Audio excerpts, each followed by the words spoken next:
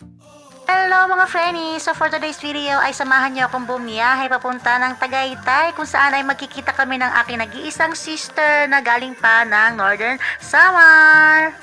So from Buso-Buso nga ay nagpakubaw ako at sumakay ako ng EDSA Carousel papunta ng PTEX na kung saan ay nandoon ang mga sakayan papunta sa mga provincial buses.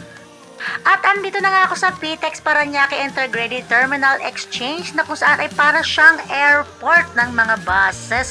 Ayan, ang ganda-ganda ng entrance pa lang, pakak na ang syala-syala na talaga dito sa Pilipinas.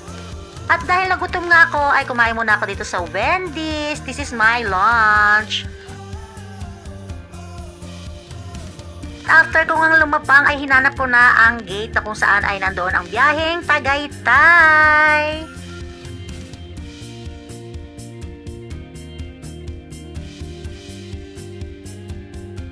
At after 2 hours nga ay andito na ako sa Olivares sa Tagaytay.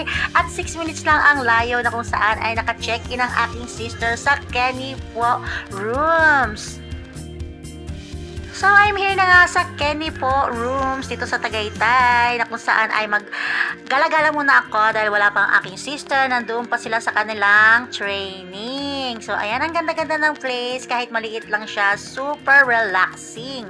At after many years nga ay nagkita natin kami na aking sister and today is my father's birthday.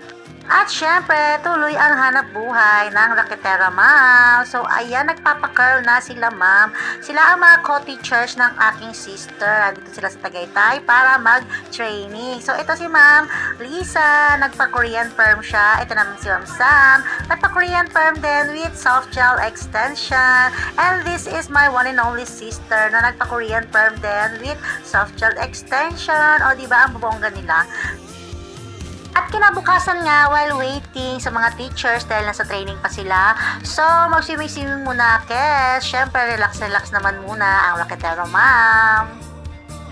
At dahil maaga nga sila natapos sa kanilang training, ay gumorabels kami dito sa Picnic Grove. So ayan, kunwari masaya kami ng aming sister, di ba? At ayan, binigyan din ako ng t-shirt, souvenir from Tagaytay. Thank you, sis! So, it's been 26 years nga nang last akong nagpunta dito sa Picnic Grove, Tagaytay kasama ang aking buong pamilya bago mag-abroad ang aking mother. So, as usual, nag-iba na ang place dahil sa napakatagal ng panahon. Pero maganda pa rin naman pasyalan dito sa Picnic Grove. At after nga ay nagpunta naman kami dito sa Ayala Serene, Tagaytay. Ayan, may pabanda pa ang Ayala. At nag-window shopping kami. Then nag-dinner dito sa SNR. Thank you nga pala sister sa iyong treat. Ang super happy ko after many years ay naging okay na rin tayo. See you again!